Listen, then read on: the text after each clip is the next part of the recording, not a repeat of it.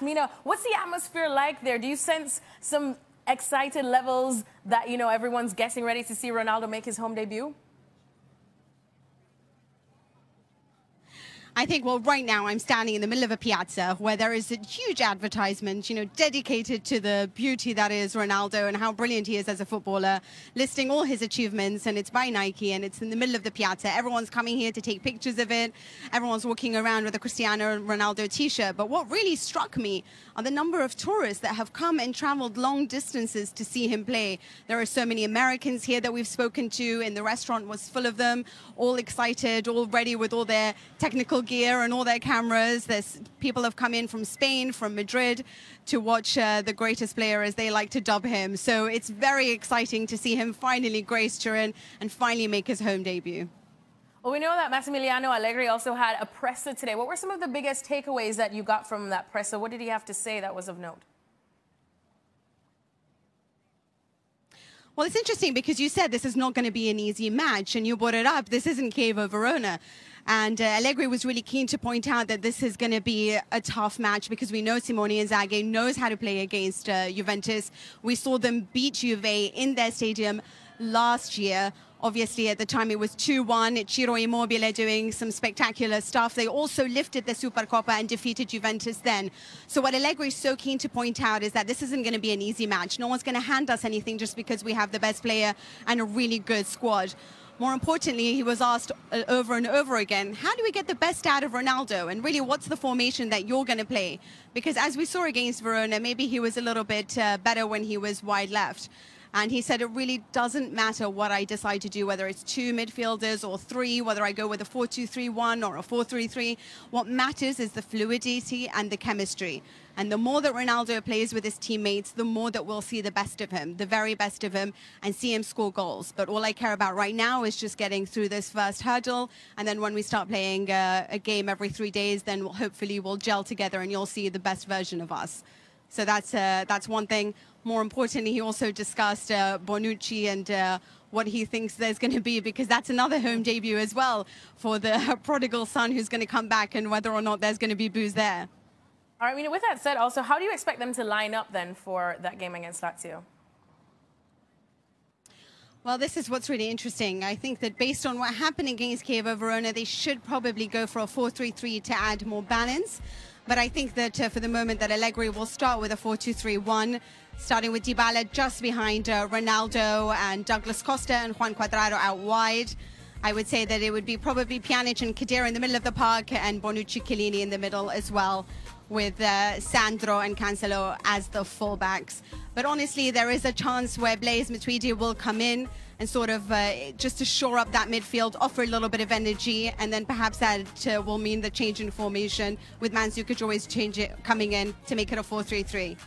Napoli against AC Milan. Here are the odds. Now you can see that Napoli are favorites at 8-13, draw 3-1, and AC Milan to win 9-2. No surprise, because AC Milan definitely have had their issues in the past. But Mina, there is a lot to talk about in this game. But let's start off with Carlo Ancelotti, who will be facing, I want to say, his beloved AC Milan, a team that he says became like a family to him. So what would the atmosphere be like for him? What kind of reception will he get?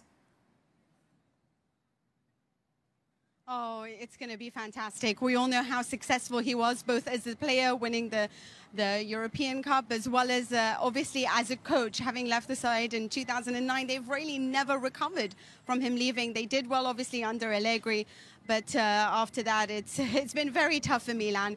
He was obviously a hugely successful player and coach for them. He is beloved by all. And what's really surprising at the moment is how many people are not so sure, despite his successes with Milan, despite his successes in the Peninsula and in Serie A. A lot of people are doubting his ability to keep Napoli in a top 4 position, and that's what strikes me as very odd. Oh, that is interesting indeed. But, well, somebody else that we're expecting, we're not sure what to expect for their reception, is Gonzalo Higuain, who will be facing Napoli just now in a Milan shirt. So what kind of a reception are you expecting for him? Yeah, that's going to be an interesting one because everyone thought that perhaps things will cool down now that he's left Juventus, sort of the hated rival that managed to topple over Napoli. But no, the reception is still going to be very poor for the man who continues to score and celebrate against his former team. I think that they understand, well, they don't actually understand that it's a professional decision. He's still very much hated. You should see where his pictures have been used. It's really quite awful in around Napoli.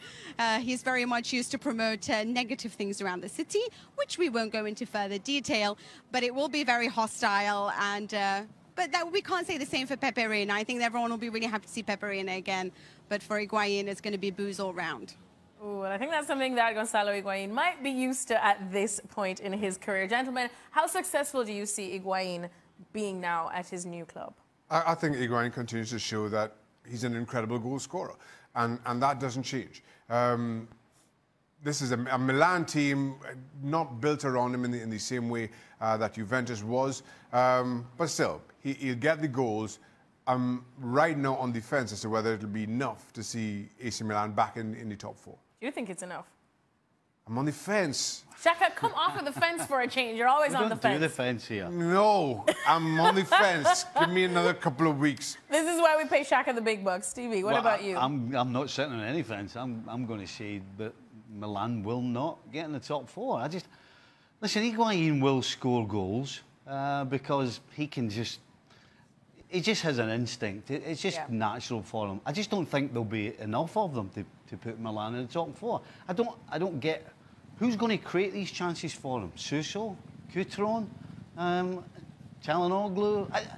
As an attacking force, I don't see them creating a lot of chances for Higuain to make a huge difference. So it's going to be a tough old season for him, and it's going to be a strange one because he's not used to playing in teams that don't create.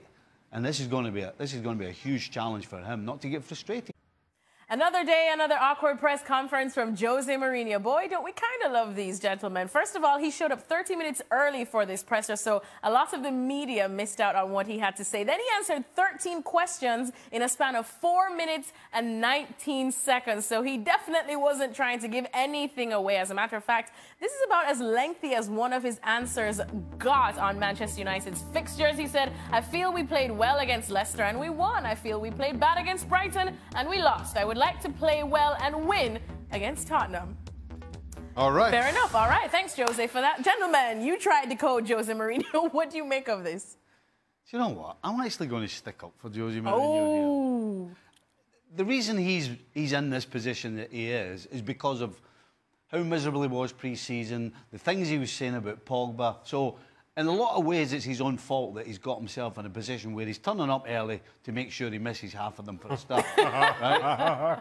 But then I listened to this press conference. The journalists were throwing booby traps all over the place, throwing in Pogba's name, trying to get something about that. But you can't... He knew and he knows that if he opens up at all and gives anything other than the bland answer that we just showed there, they're going to turn it into something else. And that's why he was there for 4 minutes and 19 seconds. And that's why he was there 30 minutes early. That was a smart move on his behalf. I just thought he liked being punctual, which I learned from our interview as well. Shaka. Well, Jose Mourinho made all his own problems here.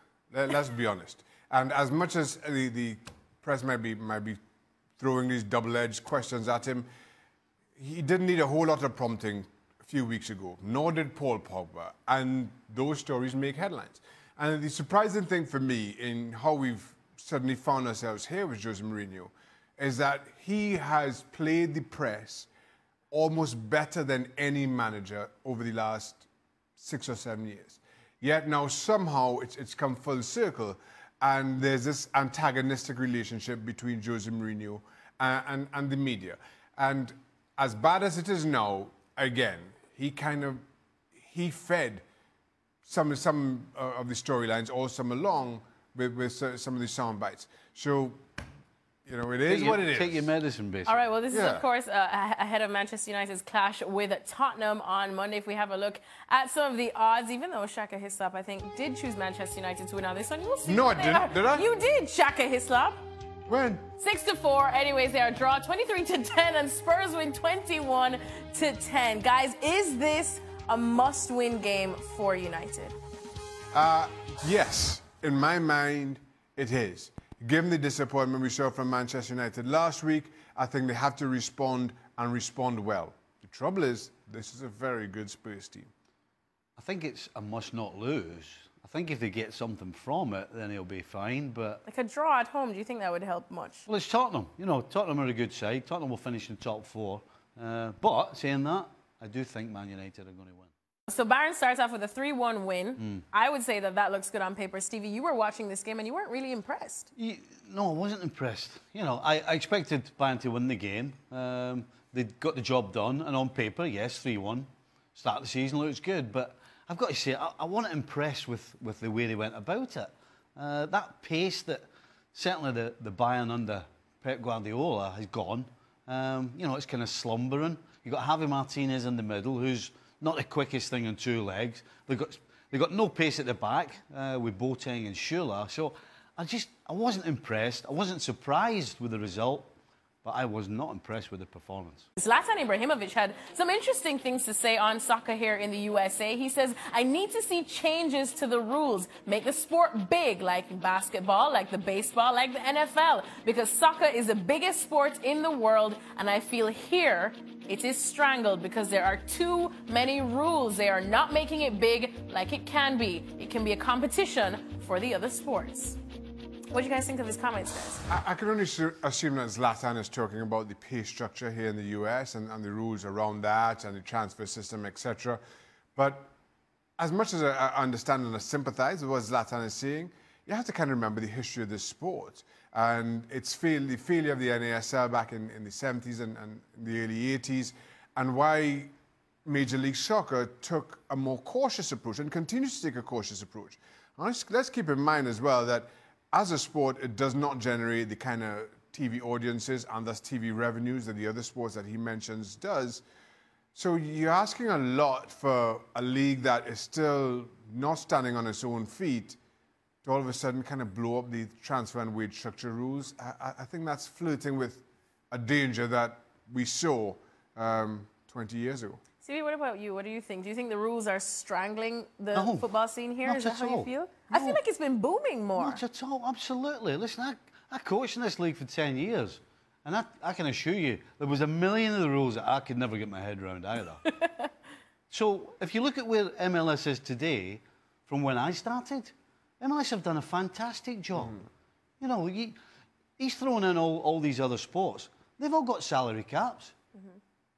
MLS has a salary cap. But I'll tell you what, MLS is smart enough that although they may have a salary cap, they find ways of being able to make a big splash with a Zlatan or a Rooney. So they don't stop teams who want to bring in big-name players and spend a lot of money. They find a way of making that happen. So, no, I don't think the rules strangle them at all. MLS has done a great job. I think what you've seen over recent years, and can maybe throw the perception off, is teams like Atlanta and their crowds, those are, as much as they're new to the sport, that kind of crowd, that kind of fan base is where most teams are going towards. They aren't there yet. And you can't just kind of throw down rules assuming that everybody right now can be Atlanta. And that's the only thing that's stopping a New England Revolution from being an Atlanta. Ooh. If you get rid of all the rules, right, the same thing's going to happen. Yeah. Some teams will be able to spend more money than others. All the league has done with the rules is made sure that they're going to reward the teams that want to spend more money. That's what they're doing. What's wrong with that? The league survives. And actually, if you look at all the leagues around the world, that's exactly what they do. Teams that spend the most money get the best teams and the best players. So, not any different. Well, it's that time of the week where we get to look back at all of the very best bits of working with this amazing crew that we have here in Best of the Week. See how your job is so much easier than mine? Was because you're reading? I've got to read. Oh, help! I've got to read. Only because you can't read, Shaka. Oh, well, this is not a good start at all. was a good picture you got there, Robbo. It's definitely a filter used there. Shaka looks out of breath at his picture. Yeah, that was pre-marriage, pre-kids. Let's see if we can get through a segment without Ali mentioning once again that he's in the Manchester City documentary. Hasn't stopped, has he, Shaq? All day, banging on about it. Yeah. Episode 4, just hang in there. There we go.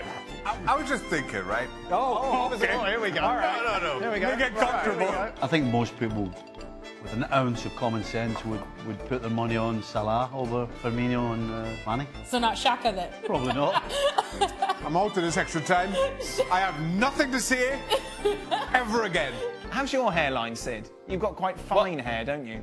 Oh, it's awful. Gab, your hair needs a cut, mate. Look at it. It's flowing. I might get one of those hats, one of those Scottish hats with the ginger hair at either side. That'd be quite good. I'm not bending my head down. Oh, what you got going on back There's there, something Shaq? back there going on. The camera will never know. Sparse. Oh no, which one of the two was talking nonsense? Let's ask Gab. Whichever one that Gab disagrees with. Okay, is that's talking fair enough. nonsense. I would kind of lean towards Stevie's side here. Oh yeah! Who asked Gab anyway? I'm making was an embarrassment. On record, Complete I'm making catastrophic. I'm making no apologies for my top 10 goals. And for him to chip in with top 3 goals, that's an assignment, isn't it? Can you guys try the Dele Alli celebration? Can you do this, Shaq? No, it's impossible to do, isn't it? Shaq's done it. You must be able to twist your fingers. Which You're a camera goalkeeper, aren't you? There you go, have some My fingers don't twist that way. No, mine don't do that either. No, I can't do that. Gab, can you do it? Not picking your ears. Have you got Atleti first, Real Madrid second, Barcelona third? Nah, it's hard to imagine Barca. Thing is, it's hard to imagine. Oh, I don't know, do I? Everybody, you win a title. You win a title. That is a brilliant picture. That is geography teacher Who is about to retire. Why are you so close to the camera? What's going on? Who's that? Oh, there it is. Aye, the sultry filter is on. Anybody can do that. No, that's not it, Stevie. That's it. It's exactly not it. Stevie. Is it which No, finger is why it? have you got 3 Maras? But now Dele Alli's come up with a 2.0 version. stop it. That's kind of it, don't? Yeah, but you're very ambidextrous, aren't you? I mean, I don't know if Maras quite knows what ambidextrous means. I was pretty straightforward. I was like that. yeah. Oh, okay. That one time you scored. I thought Gab looked like Benny Hill. I want to know where that picture of Paul Mariner came from. Good Lord, yeah. Goodness me. He's fading a bit in the back, but we won't bring that up. Come on, Shaka. What do you mean you won't? Shaka, do the You new just Dele brought it Alli. up. Shaka, do the new Dele Nah, Alli. nah, Just nah. give us Give it a a try. try. No, I know. Shaka, come on. All right, he's failed. All right, well, welcome into Extra Time. Alexis Dude is here with Stevie Nickel and Shaka Hissop. I just felt like doing it with You a going out shimmy. tonight? You going out straight from here? No, do you Friday night. I am nasal. Friday night. I am Wonder trying why not you're to get a happy. cold. I'm You going straight to my bed tonight. And we're going to watch El Tráfico. Yeah, I believe you. Shaka, anyways, shall we get some questions? You have the Wait. questions. I know, so I'm just asking if you're ready. I can't ask. Go down, get yourself down the I-84 towards Hartford and you can see some El Tráfico there. Won't it? This time of night. We can see some El Tráfico here. Stevie's got jokes. He's here all week. All right, let's get this question in from Cranberry Juice. All right. It really is cranberry juice. And I happen to love cranberry juice, just letting you know that. Would Max Allegri's job come into question if Juventus failed to win the Champions League? No. No. Listen, if they Resounding no. don't go through the qualifying stages to the knockout rounds, then there may be a few questions asked. But not if he doesn't win it. He's brought in Cristiano Ronaldo for that sole purpose. This is what they need now. This league is, you know, they could do that Allegedly. with their eyes closed. This is it now. You've brought in one of the top players in the world to win this one tournament. So if they get to the final and lose, they should get the sack. I mean, probably. Apparently, there's your answer. All right. Well, there you go. There's your answer. Cranberry juice. There's your answer. No pressure. No pressure. No pressure. Alexis is a tough cookie today. Very tough cookie. Here we go. Let's go to Ebra. Ebra. Not Ibra. Ebra. I hope I'm pronouncing that right. What can Jose do to regain the support of the fans and the players, or is it a little too late? Is he no longer the special one? You're a United fan. Yeah. You answer that I question. have no problem with Jose. What? You have no problem So with you're quite Jose. happy with... You're quite happy right now. What's going on? The man said in his conference today that he has no problems with anyone. He's Gucci. That wasn't the question. We're asking if you have any problems with Jose. Shaka, I'd rather not get emotional. I have extra time today, okay? Oh, throwing the old greeting card down there. I just don't want to talk. Throwing in the old crying card, yeah. Do you think he's a little too late? Is it Oh, past I any think- help? well, yeah. Listen, unless they turn around and start playing like Liverpool and City. Oh, yeah, they're going to mention. And the chances of that happening. See, you just are had pretty to throw in slim. Liverpool. Yeah. If they start playing like Liverpool and As though sticking the dagger in wasn't enough. I know, A he's little twist. turning it, They're not Hold on, playing like hold on, then. City. Did they salt play and good lime football? in my wounds. Did they You play- do. Yes, indeed. Well, so what else you want me to say then? All right, Wolves. If they start playing like Wolves, Wolves last game, sure. Go on, Alexis. Say you would like to see United play like Liverpool and City. I want to hear you not say say that. I want to hear you. I I will want to hear not say those that. words come out of your I would mouth. like to see Manchester United play beautiful football. right? once Is again. that going to happen with Mourinho? Probably not. But Is you your know, answer sometimes But you you're have again? to happy, but you're happy. let it You've take answered the its question course. again. Clearly, you're I easily never said pleased. That's all I'm I just try not to get into this. This is my job, and I'm an I was going to say, you want to objective change your person. job then? I'm an objective person. Okay, then. But to answer your question, I don't think he's any longer the special one. We got there in the end. We got there in the end. Nick wants to know who will win the Premier League Golden Glove. You know, you hold that paper really close to your face.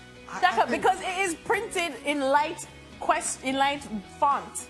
I think you We're need- trying to save trees and I paper think you here need at glasses, ESPN. you know, Alexis. I don't think need it's glasses. As a matter of fact, I glasses. went for a test the other day. Perfect. Hey, you know Good when vision. you know when she does that? Yeah. You know you're in trouble. Hey, Don't you Hey. dare. hey. What is it? Sammy, anything Don't about you- glasses. I went for a test. Actually, I got my eyes checked and it I've got was a question quite for you. What? So when you do that, right? Do I has your normally head do this? Has your head got to be on the opposite side of the finger? No, you just go with the flow. You, no. go with the flow. Your head's got to go the other way. Just go with the flow. Just go with the flows. Don't you? Don't you? Do I purse my lips like that, Siri? Oh, yeah. Oh, apparently I talk like this. Posh. Back to Shaka because Nick wants to know who's going to win the Premier League Golden Glove. And don't you take long to answer me, Who Shaka. won it last year? The hair? And the hair with it? I thought it was the hair. Who do you think is going to win it now? The hair. Oh, okay. There you go. He's going to go with David De Gea. That's never good when you goalkeeper. No, it's not. When your goalkeeper ends up winning the Player of the Year every year. And winning the Golden He's Glove. been playing the The last what? For a 3 or while. 4 years. Yeah. But that just says a lot about the situation at Manchester United, so I don't know what you guys keep asking me. Stephen Cromwell wants to know, what's the pecking order for Liverpool's centre-backs this season? Is Gomez more viable than Lovren or even Matip? The pecking order right now is Van Dijk and Gomez. I think that's the way it should be. It's if you're playing and you're playing well and you're keeping clean sheets, then why would you change it?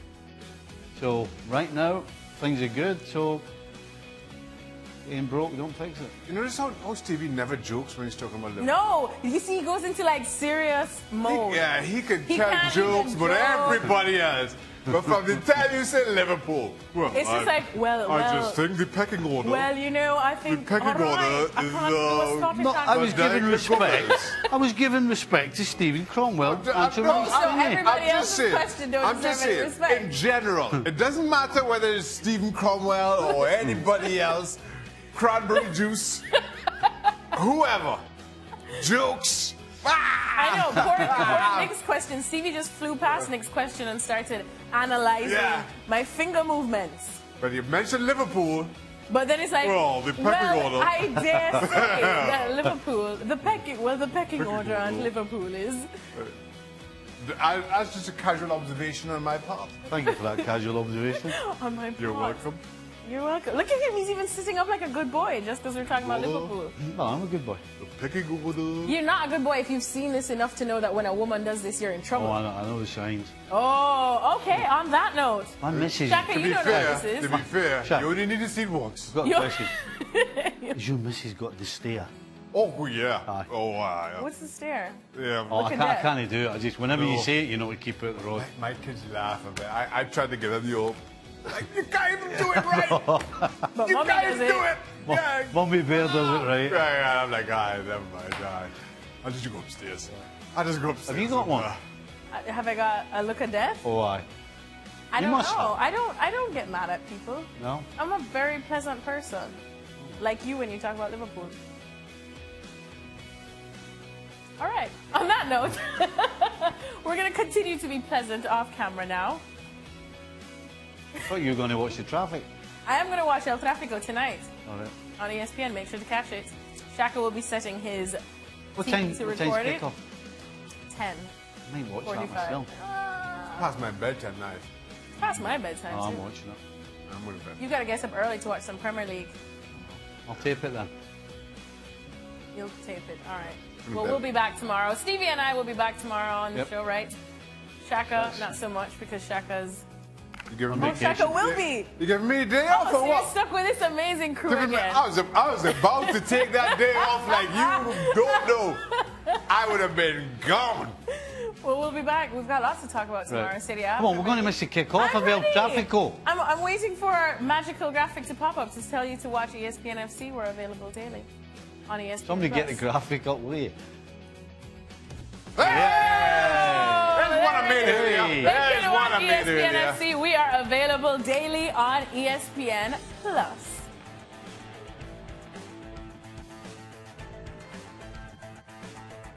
It's match day 2 of La Liga, and Shaka Hislop joining me as we tackle La Liga predictor. Shaka, are you ready? I am. Atletico Madrid, Rayo Vallecano. This is all going to be easy. Oh, Shaka is like booming and ready to go. Shaka, remember Atleti coming off a draw. Never mind Okay, that. fine. I suppose I'll go with Valencia. Atleti as well.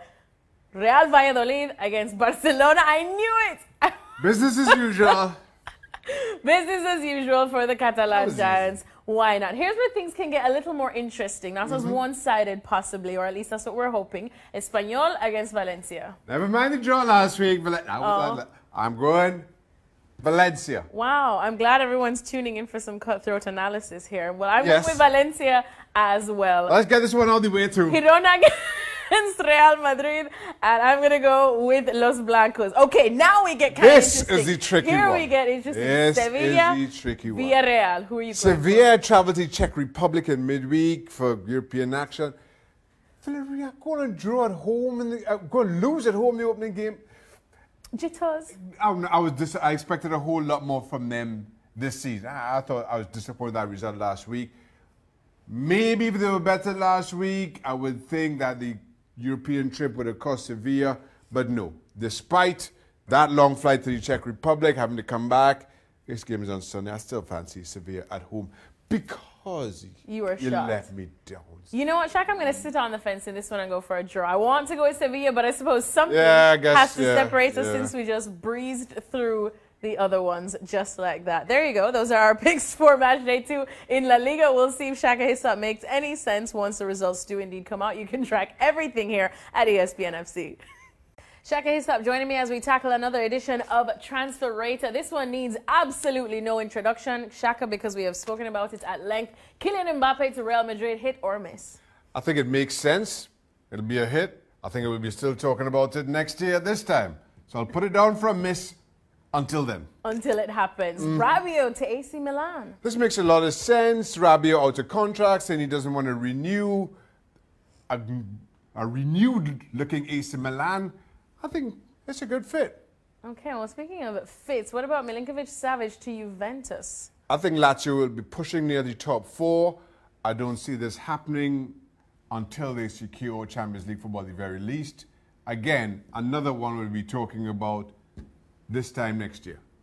Here's another one. Anthony Martial. We have been speaking about this at length because we know his situation at Manchester United. Would a move to Sevilla on loan be a hit for him or a miss? Martial surplus to Jose's requirements at the very least.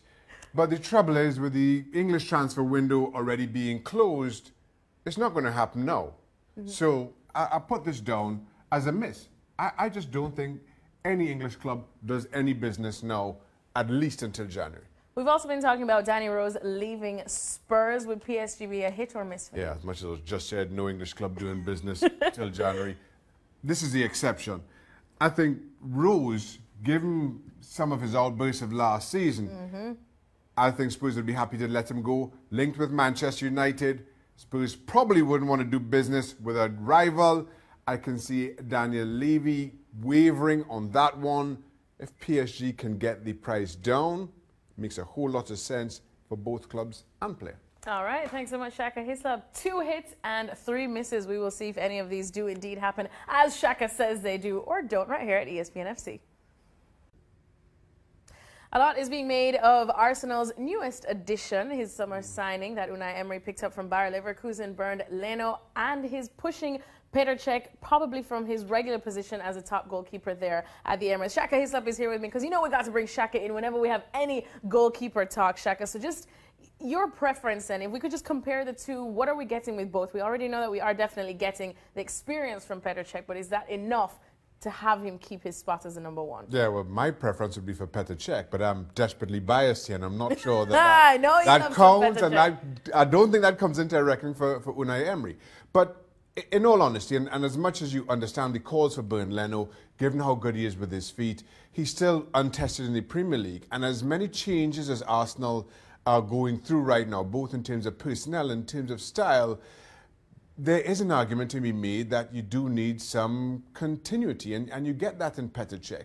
Now, you may not get the goalkeeper that he once was, but you do get somebody who knows the league, who's composed, who's experienced, who, despite the peaks and troughs of Arsenal trying to find their feet in this new style, won't be flustered, won't be put off his game, and will be as solid and as reliable as possible. And then maybe the time comes where Bernd Leno is introduced once Arsenal do settle a little bit. So you can understand both sides of the same coin. Now, when you're talking about Unai Emery's style of wanting to play from the back, if you could put your love for Petr Cech aside and try and get into the headspace of Unai Emery, who would your choice be? Who would be better suited for that kind of play? Better suited, without question, Bernd Leno. But I think we have a little way to go for that just yet. And why I understand why he stuck with Petr Cech, at least for now, is that while they try to find that happy medium, while they try to settle on that style, there will be ups and there will be downs, and many are pointing to the first 2 games, I think unfairly, as downs. Manchester City will do a lot. Exactly, will do a lot worse to many teams in the Premier League this season, and what we saw in the opening day of this campaign. And then the Chelsea game was an odd one. Both teams, new managers, new styles. Chelsea jump out to 2-0, it comes back to 2-2, and then Chelsea get to win it later on. And I don't feel those 2 games are at all reflective of what you to expect from Arsenal, and indeed where they finish. And now get those 3 games out of the table, as it were.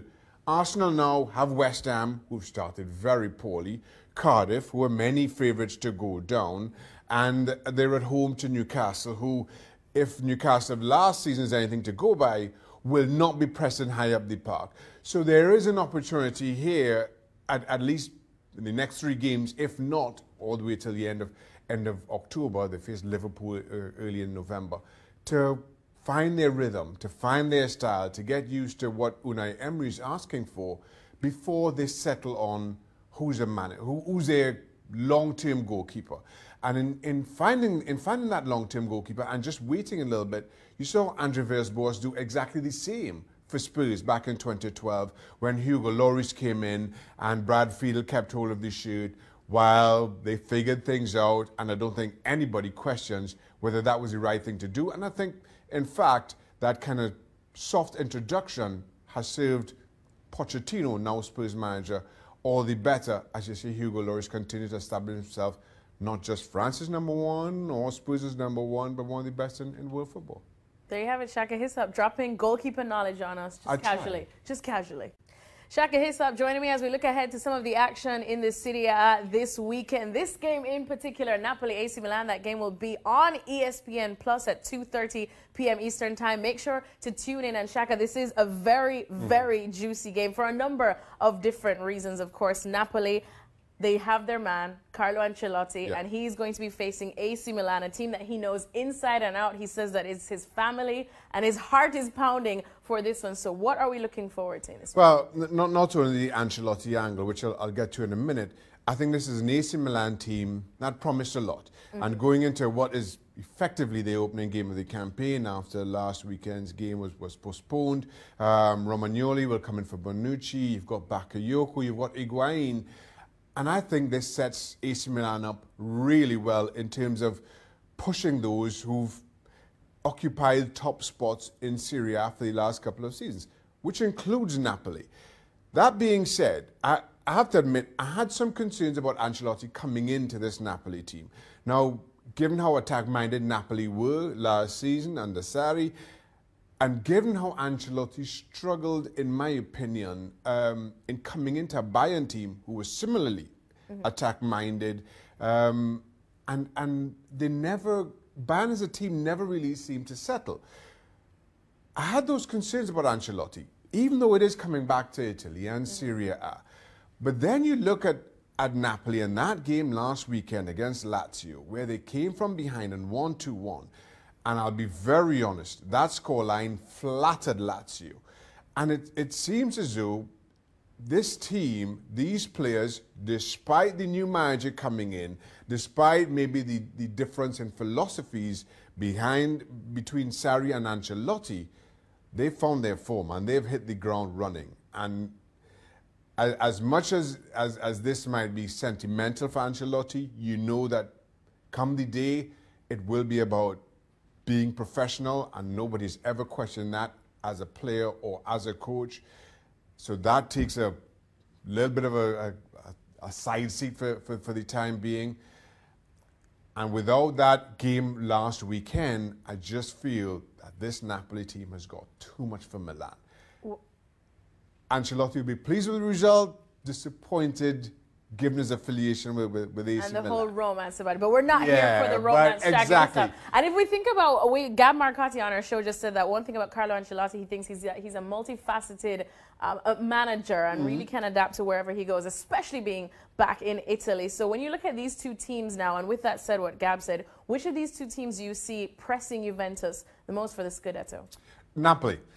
Napoli press Juventus. Does this finally give them the edge, you think, with Ancelotti? Might do.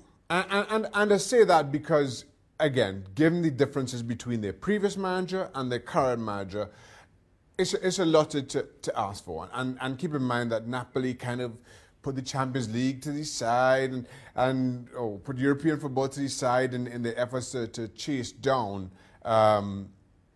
Juventus for the Serie A. You just wonder, man. And Juventus are cut above everybody else, right? We take that. So now it's all about who can focus on who can continue to push Juventus. I believe Napoli have that transition has been far more seamless than I expected. Saying that, coming into the season, I always thought that Milan, with the firepower of Higuain, which is what I think they were missing, I think Bakayoko will be a whole lot better for them. I think Serie A is better suited to him and his style than the Premier League. And never mind they've lost Bonucci. I think they've plugged those holes more than well enough. I think Milan can push them as well. But saying all that, you're trying to cram 4 or 5 teams into a hole that can only suit 3. You've got Inter Milan who will be there as well. I expect Lazio, despite, as I say, how they looked last week against Napoli, to be near the top as well. So right now You're going with Napoli. Right now is anybody pushing. And we're going to remember this. Anyways, remember to catch this game I'm on the fence. right on ESPN Plus, 2:30 p.m. Eastern Time. That was evil.